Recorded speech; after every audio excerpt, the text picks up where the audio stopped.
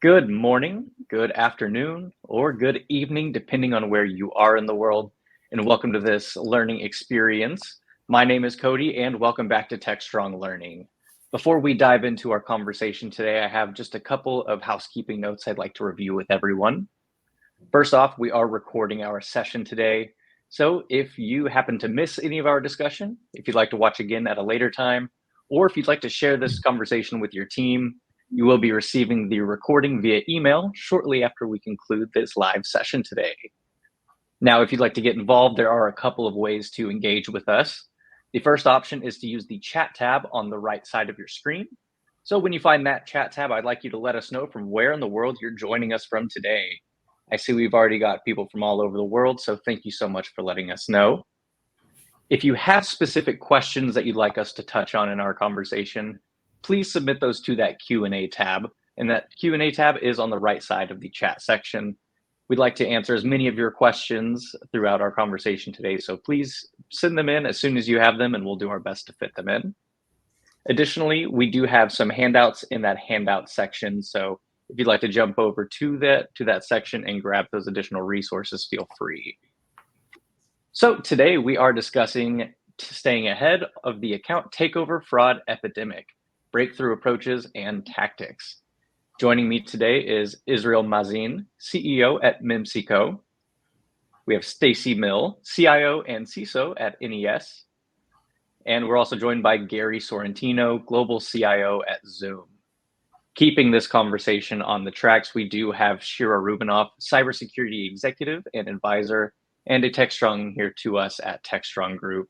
So to our entire panel, thank you so much for joining us. Shira, do you want to take us into our first point of discussion? Certainly. So thank you everybody for joining us today, and thank you to this esteemed panel. This is going to be a very engaging, interesting conversation. I'm sure everybody will get a lot out of it. And again, we welcome all your questions. We want this to be interactive. We want to hear from you, and we're going to jump right in here. So let me just start about with the account takeovers. So it doesn't really matter which report you read. The data shows account takeovers attacks skyrocketed in 2023. With AI and phishing kits making digital impersonation ready-made child's play. Account takeover attacks in 2024 will not let up. And it's just not account takeover.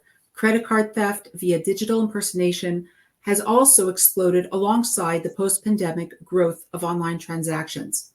So what we're going to cover today are what are account takeover attacks and how do they unfold? How can businesses safeguard customers and employees? What does it take to stop account takeover attacks before they start? What are SSO attacks and how are they related to account takeovers? And how must account takeovers defenses evolve to close the account takeover sophistication gap? So let's just start from the beginning. Israel, can you please enlighten our audience just what is an account takeover? Yes, thank you, Shira. So as you mentioned before, account takeover grew significantly in the last few years and especially last year. And actually what it means, there are many ways to do it, but the account takeover, it's actually stealing credentials. It can be through, if it's banks or it's other organization, through the credential of the customers, and use them later to steal money or to steal goods or whatever, to steal data, and even very problematic to do ransomware if it's account takeover of employees of the organization. Now there are a few ways to do, many ways to do account takeover, but one of the main one is that they are actually try to scam through fake sites and send you like link or SMS or whatever. You believe that you are on the right side of the organization and enter your credentials. And then what's happened, actually the hacker get your credentials. They know also to pass multi-factor authentication by man in the middle and other techniques, and they are entered to your account. And then they can transfer money, they can transfer, they can steal data, and as I said, also can do ransomware. Terrific, thank you. And that's certainly an important topic for everybody out here. And things have evolved. Our technology has advanced dramatically. Stacy, how would you say that account takeover attacks evolved in scale and complexity over the past year? Well, one of the things we thought was saving us was two-factor authentication, and the push fatigue is what we really got into, right? No matter what sites we're logging into, we're used to, oh, you send me something, I'm logging in, and we may be in the middle of just busy in our day. Maybe we timed out on an app that sends us a link, or not a link, but a second factor. And so what I think is that not only are we have too many passwords, we also have too many two factors, and we haven't been able to. We're just clogging it up. If it's not a password, now it's a link, right? Whether it's an SMS or whether it's a push. So those are the kind of things we've got to think about. How do people really use the technology and use the applications, and what are the best ways to ensure that's the right person on the other end? Well, Stacey, I think you hit on something very important. You have to focus on how people utilize it.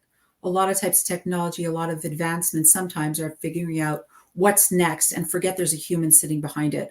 But understanding how people work and what their needs are and how they operate is critical. And Gary, I'd love to hear from you about this. That is the missing component. We try to solve technology with technology, and in some cases it's a human problem. Look, we're entering a world where Gen Zs are now joining the workplace. They have a little different view sometime on technology. They've grown up in a world where technology is second nature to them. We have to figure out how to get the human part fixed. And I think what happens is we do things like multi-factor, we do things like SMS, we clog it up to a point where they turn it all off because all they want to do is just Venmo someone at the dinner table. And if I want to Venmo someone at the dinner table and I have to get into my financial services app and I got to put in my credentials and then I got to find two-factor authentication just to send $20, I'm going to turn it all off. And I think what we need to do is figure out that the problem is, it is the problem of the technology companies. They need to figure out how the human fits into the fix or the cure. And I think we don't have that solved yet. I also think that we minimize. We're okay to say we ticked all the boxes. Not good enough. There's an expectation from the user today that companies are doing the most that they can do to protect me with ease of use. And to tell you the truth, we don't have a balance today. I think people look at their passwords for their bank and for their new map as the same quality, as the same strength, probably the same password. And so the human factor is something we need to figure out. How does that fit into how does it fit into the technology solution going forward? No, certainly. And as you mentioned, if there's extra steps for users, if people are in warp speed, we all move in warp speed, we're multitasking, we're moving so quickly. You give me extra steps to do, I'm going to circumvent it, I'm going to go around it, I'm going to break it. I don't have time for this. I want to know I'm protected. I want to know coming in that when I'm dealing with my workflow, I know categorically that I'm safe, that I'm moving towards that. And Israel, I'd like to ask you, what has been the impact on customers and businesses, both personal financial losses and business remuneration costs from these types of attacks? Yes, so it's affect organizations, especially banks, but also other organizations. It costs them money. We have customers that told us that when they are losing millions every month because of these account takeovers, because this fraud that they are doing because of these account takeovers. So, and the organization thought in the past that it's not their business, the customer need to protect themselves. It's not the case anymore. Today, they are organization and government starting to force them, and regulations more and more, that they need to protect their customers. Their responsibility. And now, because it's their responsibility and it costs them more and more money, they will need to implement a solution that can really protect their customers. So can you walk me through how phishing-based employee account takeover attacks occur, for example, and how the consequences differ to account takeover attacks targeting customers, just to give a bit of a difference for our audience to understand? Okay, so if it's, for example, customers, let's assume take a customer of a bank. So they send him, like, for example, a fake website that look exactly. Today it's very easy to do it with AI, with kits. So they look exactly like the site of the bank. And they give them some some information that they need to enter or whatever, you are in overdraft or whatever, never mind. They push them to enter to the account through the fake sites, and then they steal the credential. After they steal the credential, they are accessing, and as I said, they know how to bypass multi-factor authentication and other authentication. And when they enter to the account, they transfer money. I'll tell you an example. The New York Attorney General sued Citibank because they failed to protect their employees. Now, Citibank said, it's not our business. They told them, no, it's your business to protect your employees, your customers. Now, let's talk about employees. Employees also, you have like all of these organizations, or most of them using SSO, single sign-on, to access to many of the applications. Now, I'll tell you an example. You get a page that look exactly the same like your single sign-on page. If it's Microsoft, Okta, or other, never mind. And you got a message. I got it, by the way, like a few weeks ago, a message that someone changed my password. If it's me, ignore it, but if it's not me, please change it immediately. But it was a fake one. So when you put your credential there, actually they can access and bypass your multi-factor and other authentications. They can access to the data of the organization and encrypt it and do ransomware. So this is the difference between the employees to the customers. But both of them are very critical. Perfect. So Gary, from your long career and in the different standpoints you've had and the stages you've been on and the customers you've interfaced and also with your work-life balance, have you encountered this in your career?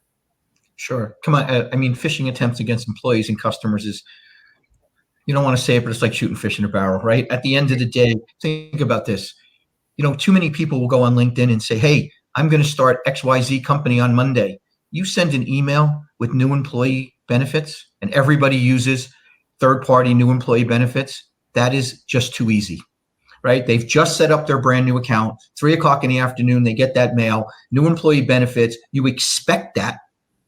You go there, you'll give them everything at the end of the day. So I think today it's a balance of, education, especially in large companies, is about tick the box. I really talk a lot about this, is that as long as everybody passes the 10 questions, 9 out of 10, it's great. But then 3 days later, if you ask them, they can't answer the questions. I really think we need to figure out it's not just about teaching people, it's an evolution. We really got to make this problem for them to understand what a problem it is. It is amazing once they get breached, they figure it out, right? But it's usually too late. But I think for large companies, and I talk to companies all over the world in both of my careers, they have a problem making people understand what the problem is and making people understand how to fix it. Because I think it goes back to the first question you asked. As a consumer, whether I'm an employee or a consumer of a product, this is not my problem. Right. And I think that's the one thing we have to make sure that people understand.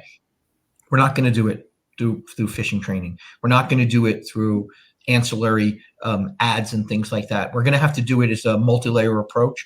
I think technology companies need to figure out a way to get there, but there has to be some sort of, and I keep using the word training, but it's not. It's an evolution of understanding for the users to understand what they're doing and the proper way to do it. Creating the proper cyber culture, making it relevant, making it important, making it at the forefront of their minds. And Stacy, from being a CISO with the many accolades and the governments you're interfacing, the leadership you've had and you have, I'm sure this has come across your desk, in front of you, your employees. What has been your biggest challenge around that as a leader in this industry? Well, I think it goes back to really people need to understand their accountability. And that's what I talk to them about. I've always, my E4 strategy is to evolve an organization. You've got to help enable them to understand the why. Then make sure that you're working with them, not only on the whys, but the what fors, what financial, operational, or reputational damages that could come up. It's really about enterprise risk management at the end of the day. And what I try to do with customer service groups, especially, is sit with them and have them understand that their job is part of that customer service, and part of the customer service is their data. And having them understand that from both sides. What happens if this goes off? For instance, we used to talk about it in retail around PCI. In the very early days of PCI, if you weren't PCI compliant, it was 1 penny per transaction. Well, if you're doing millions of transactions, and there wasn't a lot of credit card use in retail food service back in when I was with Yum, back in the 2000s, even early aughts, right? Who would have thought? But once those credit cards started coming into food service and online ordering, and it just expanded that capability, the risk was there. But it was there at the beginning, and they didn't understand it. They thought it was the cost per transaction, not actually the impact, right? And we've talked a lot about the impact of the business. And a lot of businesses saw, oh, well, it might take a little hit for the stock, but I'll come back up, right? But no, now we're seeing the lawsuits, the cost of these actual breaches are going up and up and up and up because people are like, wait a minute, where's your accountability? So that's the big thing for me when I talk to people is let's look at what our accountability is. Let's make sure we address it up front and understand rather than have to defend our actions on the back. So that's what I always coach. Always up front, know what your risks are and identify and address them. But you got to put the action into place. I don't see both of those things happening. I see action after the breach, training ahead of it, but not the accountability. So let's put it into PAs. Let's put it into their performance reviews. Let's put it into their raises and their incentives. So if I'm a customer service manager and I have a group of people running my front end and I have one side that's a little bit lax, well, then that's going to impact their bottom line. So again, follow the money, but incentivize and also recognize when you have good customer service and you have good programs and good things in place, because that matters as much. That's very important points you were saying. It all kind of comes back to being proactive in your cybersecurity stance, not just reactive, not just having a plan in place, but what is the route to get there? And how are you looking at it, not just from a business perspective, an employee perspective, a customer perspective? What is your trajectory towards that? So very good points there. Thank you. And Israel, what are some common attack vectors like account takeover continuing to rise so substantially, despite the fact we've known about them for so long? So this is something that's talked about quite often.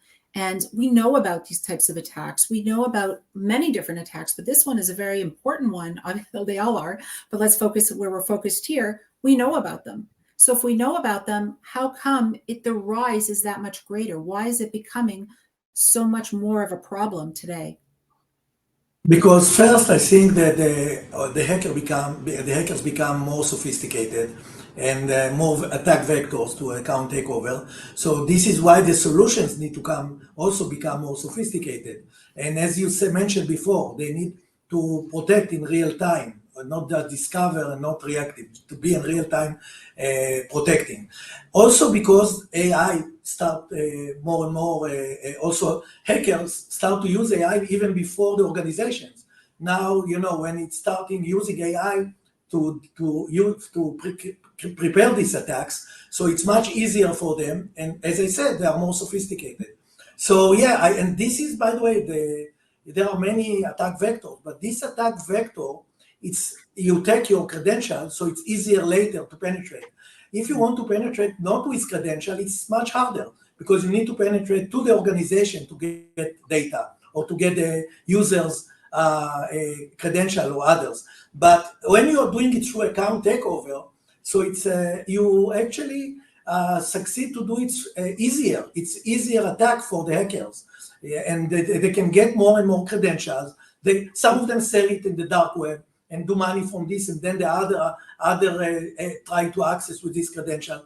So it's growing significantly because I think that this is an easier way to attack these users, both employees and customers. Secondly, because of AI today. So it's become, I think that every kids today can do almost, account takeover and all of these fake sites and all of these scams.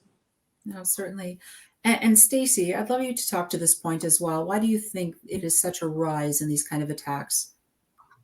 It's just easier, like you said, and it's easier and it's faster. So remember 20 years ago, when we started, the real deep conversations was about, we were losing money. People were stealing credit cards, getting into bank accounts, and businesses were feeling it that way. Now we're feeling it at the consumer level.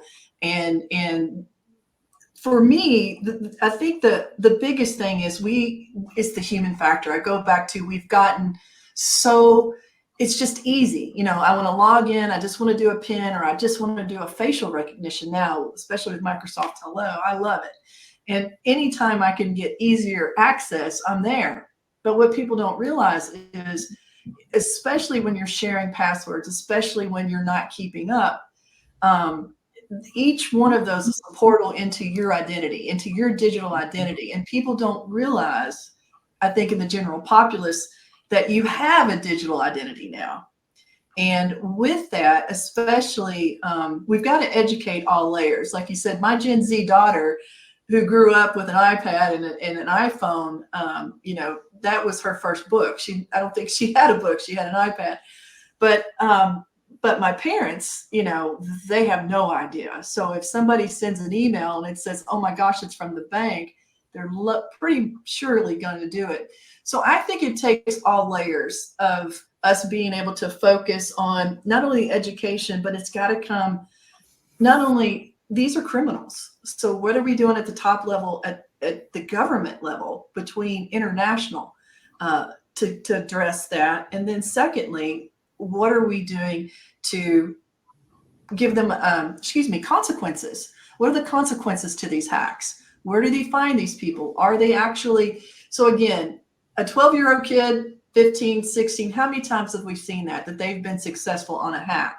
Because they don't even understand the consequences, because we're not showing them. So I think it's all of the above. We've got to come both from it's got to come from the ground up too. People have to care. So if you give people a why and they understand that, I will tell you, they surely understand it once it's happened. We've got to get more on front. And so when I see companies that have some type of digital personal insurance, things of that, my thing is if none of that matters if you're not doing the proper thing up front. And that is protecting your own, knowing where I log in, what I log in, and why.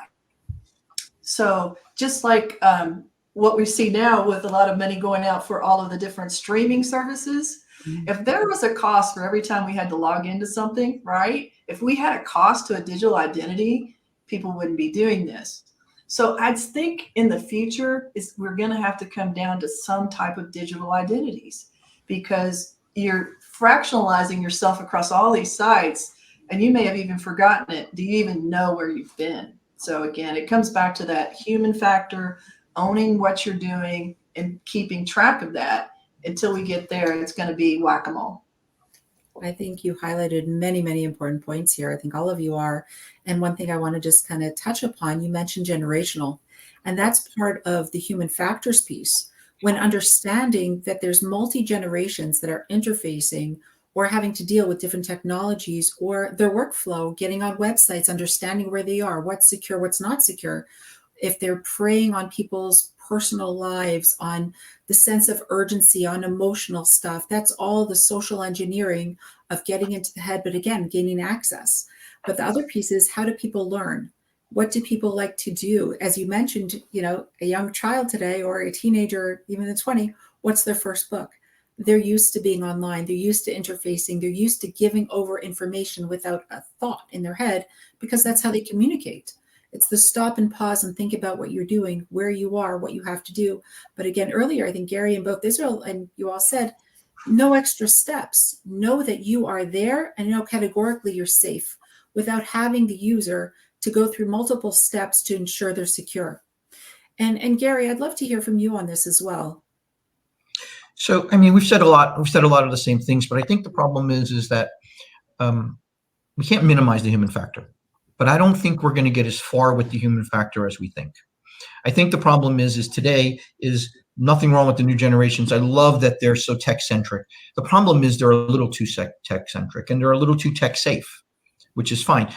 By the time the new Gen A's start, everything will be fingerprint, right? Their whole lives will be there. There'll be no such thing as a book, even if we had one with the Gen Zs. I think the main problem is it's got to be a combination of both. We need to solve some of these from a technology perspective because we can't drag the user through.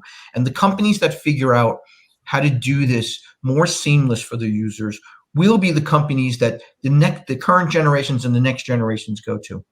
But also, if we look at other generations, like above me, I'm a boomer, but if you look at, I think it's the traditionalist or the generalist, they will also have been on a digital lifespan. They text their grandchildren, right? They're using a Touch ID now because they don't want to type in passwords. They're older. They're also becoming very forgiving. They're not challenging as much anymore. Before, when they got something from the bank, as Stacy said, it was a big deal.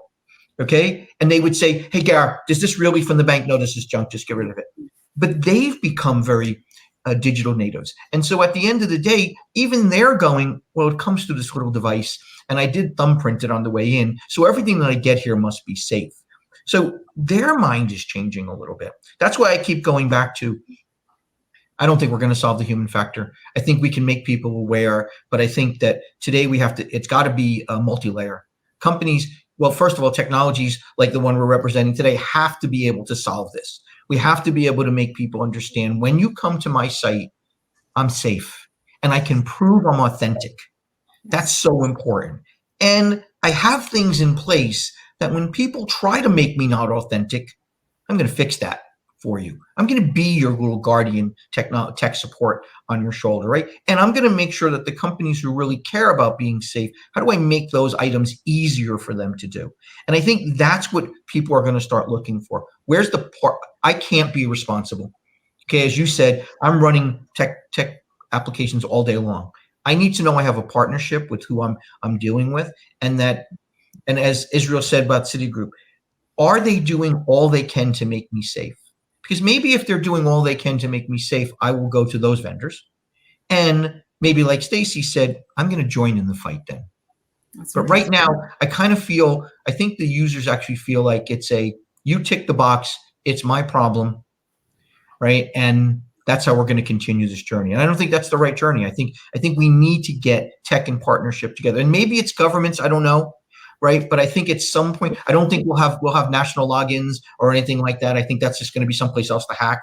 Right. But I do think it's got to be a combination of public awareness, company investment, and technology companies rising to the challenge to say, how do we bring this all together? I think that's important points. Getting everybody on the same page, as we know, is not always that easy. But I think as we advance and we see that we need to, it's going to slowly fall into place. And we all look at, all these organizations and companies and personal, they all have a very important space here, but it all boils down really the financial. That's what the attackers are after. And it's the bottom line that counts. We don't want people getting into our personal space. We don't want them to steal our money, take down our companies. And Israel wanted to kind of boil down to the financial institutions a little bit. And what challenges do financial institutions face in detecting sophisticated account takeover attempts, given their increasing frequency and complexity? Because when it comes to financial institutions, it's not as simple. And I won't say simple as a blanket statement because nothing here is simple. But financial institutions have that much more they have to think about, they have to care about, and they really have to focus in on. So Israel, I'd love you to really walk us through that, please. Yeah, so financial institutions, for them, it's many organizations, but especially to financial institutions, account takeover and fraud going together. And actually, they, as we discussed before about Citi and other banks, stealing money from customers, and then they need to reimburse them, and also to take care of this and find, and all this investigation, it takes a lot of time. And I think that because of the hackers are more sophisticated today, and all this AI that I mentioned before, so financial institutions also need to become more sophisticated. By the way, we see it when we are talking with them now. They understand that they need to implement better solution than they had before, that actually against what the hackers are doing today. So we see that they feel it, they understand it, and it costs them money. It's not just money, by the way, it's reputation and other stuff that customers succeed to be concerned to access and to to open accounts in these banks. So I think that they realize it more and more. We see it from our conversation with many financial institutions. They understand that they need to have better solutions and more advanced solutions to protect their customers. I think that they also understand now that it's their, more and more of them understand that it's their responsibilities, like Gary and we mentioned before. So I believe that what we'll see during this year and the next few years, that they will implement more and more solutions that can protect their customers, and they can understand who are the customers that actually fall to these scams. You know, today there are many times they are blind. So, by the way, some of them buy from the dark list to some list of stolen credential to find who are the customers that fall to this trap. It's not the right solution because it's not real time, a lot of false positive. So I think that they are going more and more today to understand that they need it in more real time to find this type of stolen credentials and account takeover. But I feel, and from our conversations, that they are really understand it much better than before because they got more attack. There are much more attacks today through this type of account takeovers. No, that's great. No, for sure. And Gary, what do you also feel would be the urgency of financial institutions of really pulling it together really quickly right now as things are escalating at this rapid pace? I think a couple things. I agree with everything Israel said, but there's a couple things I think we need to look at. First of all, most of the fraud we see in financial institutions isn't even reported. Yeah. So the number is a lot smaller than what it is. The second thing is most people who are going to set themselves up as a normal person might have a really good credential for their bank. They figured that that's got to be the best one, maybe. But what we don't see is that they're getting breached and they're getting fraud across hundreds of other accounts that are related to them. But because these are small attacks and the surface area is not as big, you don't hear about all those, right? Because that credential I use for the bank, if that's good enough and past the bank, where the bank said I got to have 1 of these, 5 of these, 3 of those, if I can pass that, that must be a good one to use over here and over here and over here and over here. So the banks hear it because big dollars, and we always go to the headlines. But some of the largest breaches in the world have not been related to financial service institutions. No, right? No, that's completely true. And I know, Stacy, you have what to say on this topic for Right. sure. And so while we're focused on the banks have it because there's dollars and it's easy. I want to go there. The other thing is the banks have a hard time tracking what am I doing because it changes.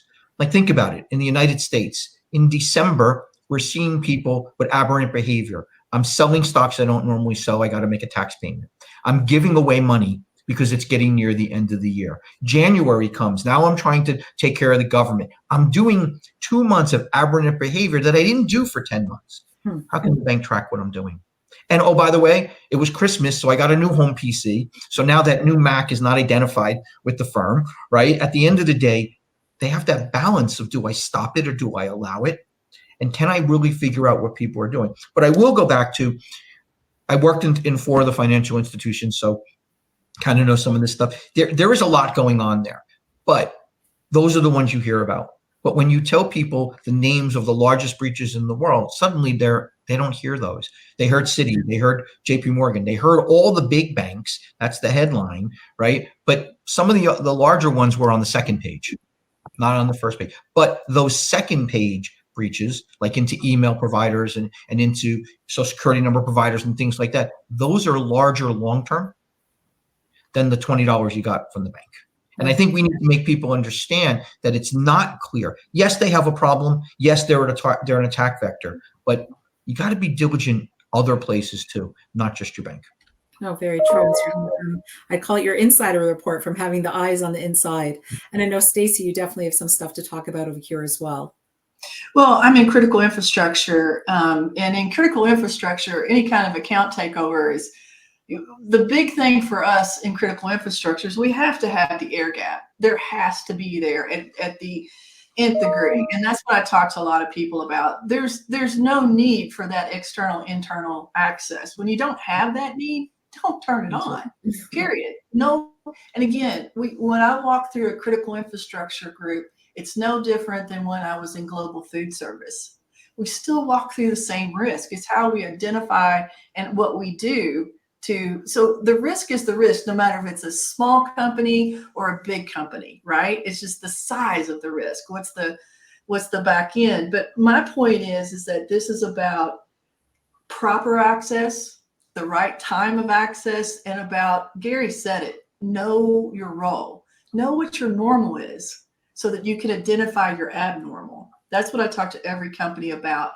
And then when we don't need access into these OT systems, don't grant it, but we need access into a national grid that needs to be done differently than the OT world. The OT and the IT world, I could go on and on. We could even talk about those are usually mixed up over there. So it's really good you highlighted that IT, OT, that people think's one of the same, which they do. But operational technology, for instance, talking about breaches, I was actually, this has been about 5 years ago, so I can talk about it because the deal's over. I was in an M&A position, and I was sitting at a target that my company was going to acquire when they were, I'm not talking breach, they were owned.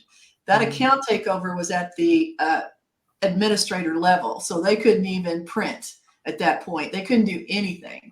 Well, it was a manufacturing company who just 6 months before, when I did a review, they said, well, we don't need a lot of those accesses. There's not a lot of external access into our OT. And they thought, well, we're secure. Those enterprise systems don't have access into my OT. We're good. And you said that, Stacy. You said if we don't need access, because they kind of threw it back at me. Well, when they were literally taken over, they could still make their widgets, but they couldn't do any type of send and receive. They couldn't ship. They couldn't get people to come get those widgets. And then they understood what that cyber meant was you could still make widgets, but your enterprise systems are what does your business, right? That gets things in and out. No confirmation of anything was happening. So they couldn't sell anything, even if they could make it. So that's my point, is that whether it's an OT, IT, enterprise, if you're doing proper cyber and you're doing proper education and things of this nature, it lowers your risk. There's never a zero risk if you touch the internet, period. So remember that, and we've got to be able to address that. And then lastly, I think that the whole world of OT is going to change because it has to talk to others. If you've got to talk to others, that's where IT comes into. OT doesn't talk to OT, it's on or off. And that same thing is in the medical device field. So we could go on and on about operational technology. It has its own security, but when it meets IT, you've got to have a different type of security. And so for me, with OT environments, is I want to know who's in them and why, and then I want to monitor that nobody else comes in, because they don't change very often. Okay, so those are some easy tips that people just take for granted, that if whatever you secure, you got to watch and you've got to monitor. And those are the things that I think it's really my passion, is to help bring that to the OT world, that, hey, why are we seeing substations burn down when we could turn on ITS and MP monitoring and know when that thing went 1 degree up, and now I've saved a substation. So those are the kind of conversations between IT, OT that bring OT into the cyber world. They're going to need IT to do that. Well, these are amazing perspectives from 3 leaders in this space that I'm really happy that our audience is getting to hear from. And we're coming up to the last question, and I definitely want to dive a little bit deep into this. And considering the escalating sophistication of these attacks, how must traditional protective measures evolve to remain effective? And I'm going to throw that out to Israel. If you could jump off with this one, please. Yes. So as we mentioned before, and Gary and both of them also mentioned, the traditional ones that already are some of them effective, many of them are not effective anymore, because as I said, there is AI today that change a lot in the way that hackers are attacking, and they are always, hackers are very sophisticated. They are before the organization using the new techniques. So I think that some of the traditionals will work, but you need a lot of new approaches now to protect against these attacks. There are also new attack vectors, by the way, especially when you are using start using passwordless. That will be, so it'll be different type of attacks that behind the scenes happening, that you are sure that you are secure, but you are completely unsecured because not completely, you are more secure from a password point of view, but behind the scenes, they can do other stuff like session hijacking and many other way of attack vectors that now it will be even more popular. So you need definitely to develop and implement a new approaches, a new solution that will be the next generation of solutions. I think that this is what will evolve in the next few years. And some of the old approach will continue to work, but many of the new approaches will, I think, will be implemented. I think that organizations are start more and more understand it with all of our conversation with them. As Gary mentioned before, it's not just financial. Financial because you see dollars stealing money, but also many other organizations are also exposed to these attacks, like retail and even charities. We see how they steal money from charities and food chains, education. We saw, so it's all over. And I think that we'll see more and more new solutions and new approaches that use, by the way, also AI as part of the solutions to protect against these type of attacks, that they are more sophisticated. No, certainly. And I just want to mention to the audience, please come up with any questions that you have. We're going to open up for Q&A in a moment. We'd love to hear from you with this panel of experts. They're ready on the go to answer any of your pressing questions you have. And like I typically like to do when I have such an esteemed panel is kind of pick your brains a little bit and give over a little bit of maybe like a business tip, a cybersecurity tip, or even another account takeover tip around the space that you find to be pressing. And if you'd like to just share that with our audience. And Gary, I'll start off with you.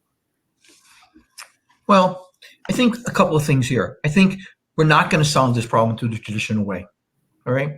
AI also helped get us there. It's going to have to get us out of there also. So I think we're going to have to take non-traditional approaches. I also think that we're going to have to start looking at approaches for future ways of taking over accounts that aren't even invented yet, because we've got to get some of the cure out there before we get some of the problem. And I think we're looking at the problem. I think someone said whack-a-mole, right? We got to stop. Whack-a-mole has been a security term for so long. We should get rid of that term. We should say we are going to fix things before they happen, because we know what tomorrow's technology is going to bring. And I don't know, let's hire the people who are figuring out how to break it in to tell us how not to break in. Some simple solutions here. Behavioral analysis, zero trust, password education. I'm in this business 40-something years. We're talking about the same three things. So I really think that from a business tip today is don't settle for today's technology to cure this. Let's figure out what tomorrow's technology. And the other thing is maybe we need to change some of our base level technology, because we've been designing the way we do things for a long time, and the hackers are getting very used to it. They know how to break in. They know the user weakness. They know the infrastructure weakness. We've got to change some of this. I think, and until someone's willing to really just sit back and say, how do I change the way we process business? It's like a business who's trying to get better. If they're going to do more of what they do, they don't make more money. If they become creative and innovative and they think of a new way to address their market, they suddenly become the next unicorn. And I think that's where we have to be here, is we have to think about where the future is going, where we're going to meet it from a solution standpoint, and try to be a little bit ahead of it. I think it's going to take a lot of those things to cure this problem. If we can cure it, I agree with Stacy said there's no such thing as zero risk, right? But to lower the risk, right, we're going to have to do things in a much different way than we've done in the last 20 years. Well, very, very true words. Thank you, Gary. And Stacy, how about you? What would you like to share with our audience? For me, I always, again, just to layer on top of everything that Erjo and Gary have said, because I absolutely agree. And for me, it goes back to accountability all the way up and down the line. But it starts with me too, as a customer. I have an accountability for my own identity. I agree with that. And the ones who don't know it yet, I don't know where they are. Who on the planet has not heard of somebody getting hacked? Now they know this is part of our vernacular now. My thing is Gary, I think about my daughter who's 24 and her children, when she starts to have kids, what's going to happen there? And for me, what I'm seeing in a younger generation if you will, in my children and I hope in theirs is, for instance, they were talking to me about a personal VPN. And I was like, you know, about starting to protect their conversations and about like I said, when they've grown up online, they live online. And no different than we don't let our kids, you know, run out in the middle of the street, right? They're also talking about education and how they're going to educate their kids on the internet and things that they learned the hard way. And listen, I was a CISO who had I was logging everything and watching my kids. That's a whole nother story. But they still got around it, right? And I'm sitting here watching and waiting, and then they would tell me how they got around it. What I'm trying to say is I think it comes down to accountability. The new tech has got to be there to help defend, but not only do companies have to be accountable, so do we as people. We have to be accountable for what we do. And I also just thought of a company right now we all need to start, which is monitoring me. You know, we do a lot of monitoring of people, of companies on the front ends, and there is no perimeter, right? Well, the person is the perimeter. The person is, so what are we doing to monitor them? Maybe I might even like to have somebody monitoring me to know how many websites do I log into every day, and did I log out of them, and things. Big Brother's watching. Anyway, just a lot of ideas out there, but I think it comes down to accountability. Just how do we get that accountability, both personal and business? Thank you, Stacy. And to wrap this up, Israel, we'd all like to hear from you as well. So first, I agree with what Stacy said before. When you are connected to the internet and all of us connected, customers, employees, so you are exposed, and you need to protect it. Now, accountability is one thing, but I think, and as Gary said, we need to think differently. And to think differently is actually understand that we are not secured enough. If organizations tell you, oh, I'm fine, I'm secured, it's not true. All of them exposed, and some of them more, some of them less, some of them implemented new technologies, and especially in the next few years, we need to think differently than, as Gary said, the last 20 years. It's different type of attacks. We implement new technologies, we implement AI, we must understand, the organization must understand, and financial institution, other organization, they then need to implement much higher protection for their customers and their employees. By the way, especially customers, because in the past they less care, they more protected the employees, but the customers were more exposed because they said they need to protect themselves. It's changing now. They need to protect themselves as much as they can, but I see also regulations starting in the UK, starting now talking about this, even the FBI recommended organization to protect their customers, it's their responsibilities, and they talked about account takeover and other frauds. So I think that organizations need to realize that they need to protect their employees and their customers, because if they'll not do it, regulation will start doing it and force them to do it. And even if not, it costs them a lot of money, it damages their reputation, and they lose business. And this is something that at the end, very important to all of them. So I think that what we'll see in the next few years, that organizations hackers become more sophisticated, will come, and also organizations will become more sophisticated. We'll see a lot of more and more new technologies in cyber to protecting all of these problems that we discussed before. Well, thank you. This was a very educational, important, and very poignant conversation we've all had today. And I want to thank my esteemed panel, Israel Mazin, Stacy Mill, and Gary Sarantino, for your very topical and poignant and shares that come from not just knowledge, but from being on the street, from being there, from being in front of it, from dealing with it, from leading organizations at the forefront and understanding this topic from the inside out. And I'm sure our audience really appreciates all your shares today. So I thank you all very much. And I want to remind our audience there's some great collaterals that are provided by MEMSICO that really pertain to this topic. And I'm sure you could learn a lot from it. So please feel free to download it. And I thank you all for your time today. Thank you. Thank you for having me. Take care. Thank you for joining. All right. Well, thank you to Shira and our whole slate of panelists. It was such an in-depth discussion today that we managed to cover a lot of ground here in just 50 minutes. So thank you guys so much for joining us today. It's been such a pleasure. Thank you. Before I release our audience, just a couple of final reminders that our session today was recorded. You'll be sent a copy of the recording via email here shortly as soon as it becomes available. But you can also find the recording living on the Security Boulevard website. That is securityboulevard.com/webinars. So to everyone here, thank you so much for attending. We hope to see you at a future Techstrong learning experience. And if you look at the bottom of the chat, also in the handouts, you'll see a link to our post-webinar survey, and we would love to hear your feedback. Otherwise, we do hope to see you at a future Techstrong learning experience. Have a great rest of your day, and you may now disconnect. Thank you.